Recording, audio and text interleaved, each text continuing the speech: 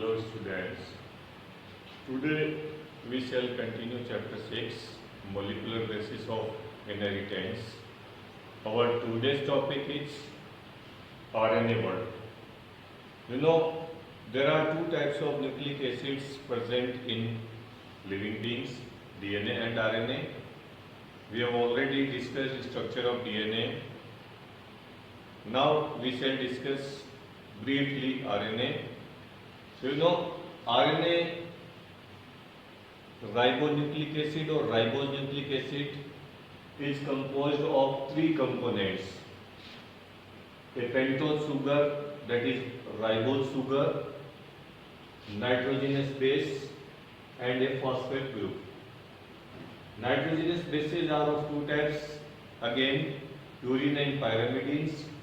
Purines are adenine and guanine, and pyrimidines are cytosine and uracil.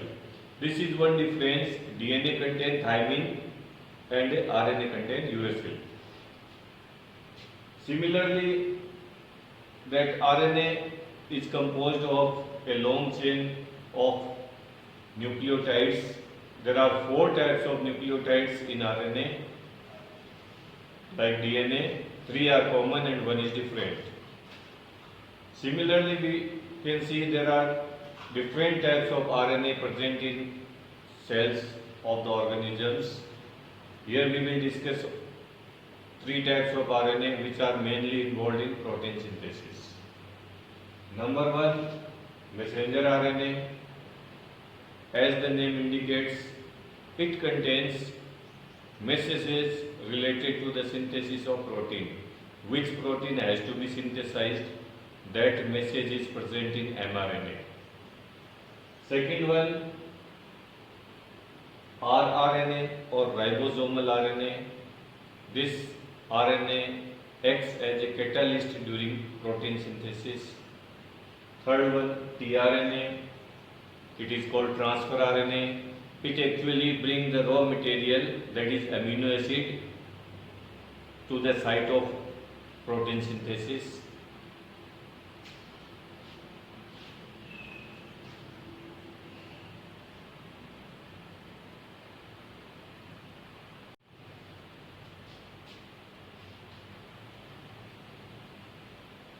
Now we shall discuss replication. The process by which DNA creates its own copy or replica is called replication. So DNA makes its exact copies. If we open both the strands of the DNA, so each strand is able to create full DNA. So that's why it is called semi-conservative in nature.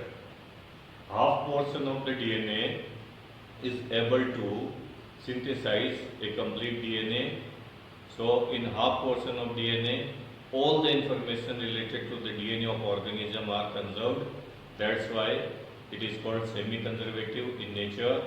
So this was proved by two scientists in 1958, Mendelssohn and Stahl.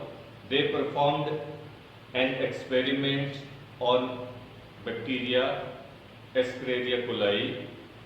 So they first grew the bacteria in a medium containing ammonium chloride in which isotopic nitrogen was present, that is N15. So ammonium chloride with isotopic nitrogen, when it was given as a food to the Escherichia coli bacteria, so you know, when they reproduce, they make the copy of their DNA. Whatever food is available, they will utilize it.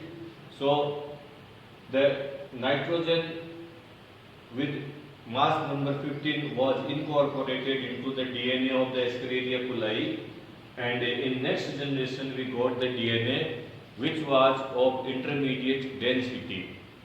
This DNA was called hybrid DNA. One strand of the DNA contained normal nitrogen, nitrogen 14, and other strand which is shown by the dotted line contain isotopic nitrogen, that is nitrogen 15.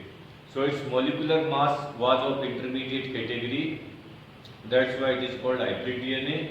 Now when this Escherichia bacteria with hybrid DNA were allowed to reproduce in some part of the DNA where the normal nitrogen containing part was there, it again formed hybrid DNA, but which was already having heavy isotopic nitrogen, it again received the isotopic nitrogen from the nutrients in second generation, and when this DNA were separated, due to their mass number they were separated, which was heavy that settled at the bottom and which was hybrid, it remained at the top. Then this heavy DNA was isolated, the Escherichia bacteria with heavy DNA was isolated, and now again they were shifted back to the medium containing normal nitrogen, that is nitrogen 14. It was observed after 20 minutes, you know, the Escherichia coli bacteria reproduce every 20 minutes, they complete their life cycle. So after 20 minutes when they reproduce, it was observed in this generation the DNA was of hybrid density, because from the nutrient medium they took normal nitrogen now and it was incorporated into the DNA. So one strand of DNA in this generation has normal nitrogen and other it has heavy nitrogen or isotopic nitrogen. After 20 minutes, when they are allowed to grow in the same medium, it was observed that 50% of the DNA was having normal nitrogen and 50% of the DNA was having one strand with normal nitrogen and one strand with heavy nitrogen. So it was again called hybrid DNA. So in second generation, after 40 minutes, we can see the normal DNA and hybrid DNA were in equal amount. When they were separated by using cesium chloride density gradient centrifugation technique, so it was observed that they were in 50% amount. Now after 20 minutes, again in total after 60 minutes, it was observed that normal DNA they were 75% and hybrid DNA was 25%. After 80 minutes, the condition again changed.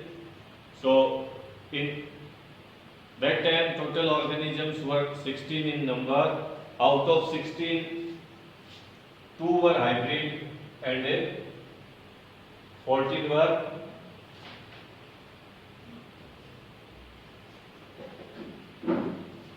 normal.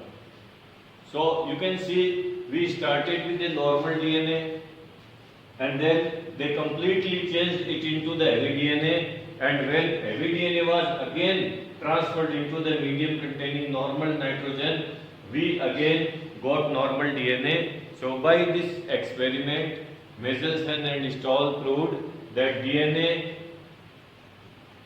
is semi-conservative in nature, means half portion of the DNA is able to create a full complete DNA